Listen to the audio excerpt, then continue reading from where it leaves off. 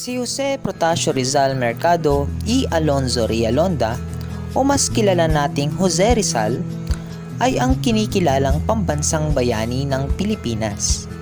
Siya ay ipinanganak sa lungsod ng Calamba, Laguna noong June 19, 1861. Siya ang ikapito sa 11 anak ni na Francisco Mercado at Teodora Alonso. Pepe ang naging palayaw sa kanya ng kanyang pamilya at kakilala. Ang edukasyon ang naging pangunahing prioridad ng pamilya Mercado, kung kaya sa musmus na gulang na 3 ay marunong na siya ng alpabeto.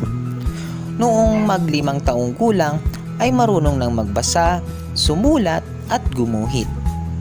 At sa kanyang 8 taong gulang, naisulat niya ang isang tulang pinamagatang "Sa Aking Mga Kabata".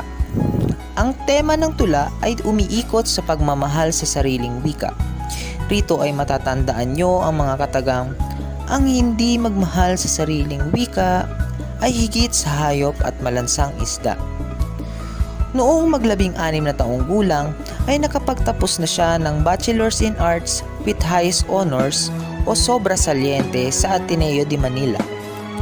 Matapos nun ay ipinagpatuloy niya ang kanyang pag-aaral at kumuha ng kursong medisina sa pamantasan ng Santo Tomas. Ito ay sa paglalayong pagalingin ang kanyang inang may katarata. Ipinagpatuloy niya ang kanyang pag-aaral sa Universidad Central de Madrid sa Madrid, Spain at nakakuha ng lisensya sa medisina. Nag-aral din siya sa pamantasan ng Paris at pamantasan ng Heidelberg. Maliban sa medisina, mahusay siya sa pagpinta, pagguhit, paglilok at pag-ukit.